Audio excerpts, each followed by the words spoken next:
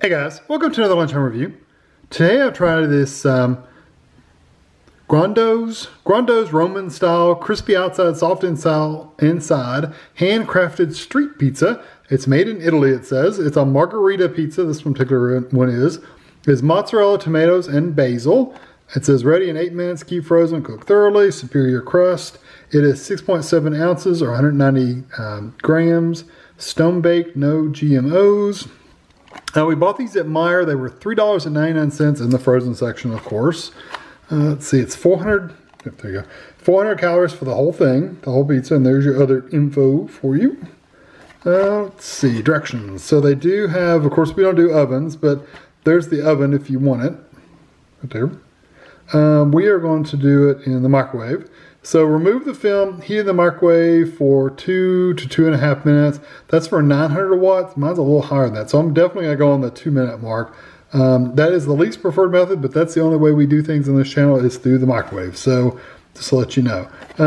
You can also do it this way is the preferred method.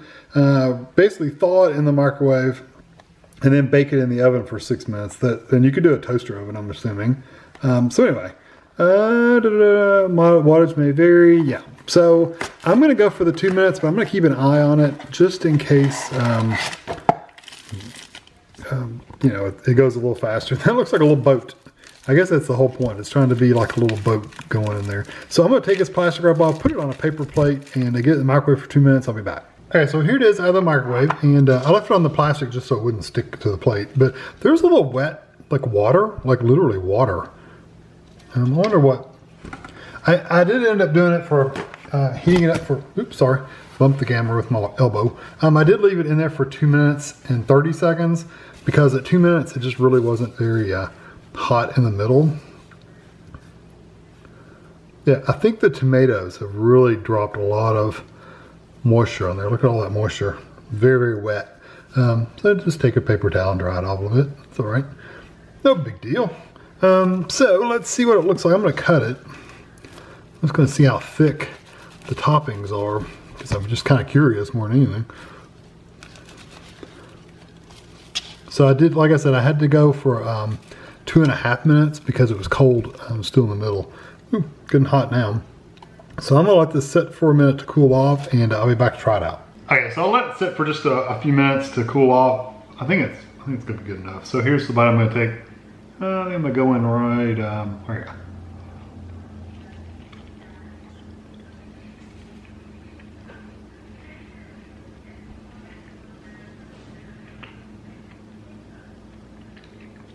Very tomatoey, like you would your margarita pizzas are.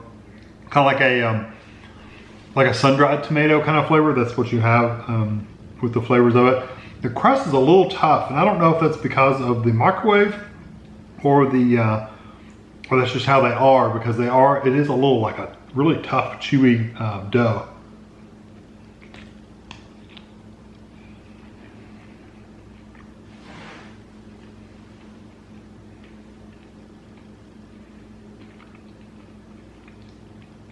I don't mind the chewiness of it. It is a little tough, but I don't think it's that bad. So just know that if you're gonna eat these at work, it is kind of chewy.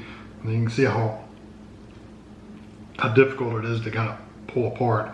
The cheese flavor is good. I'm still working on pulling it apart. The cheese flavor is good. The 90% of the flavor you get are those roasted, the sun-dried tomato flavor, the tomatoes. It's very, very strong. You don't really get, and then you get a little flavor of the crust. Takes a little bit of the cheese, maybe some of that little seasoning that's in there, that like whatever oil or seasoning they put on there.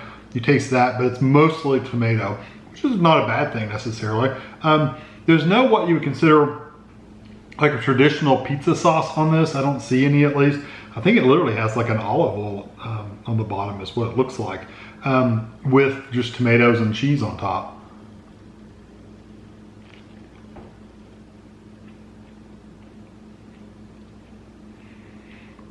Crust is pretty tough though.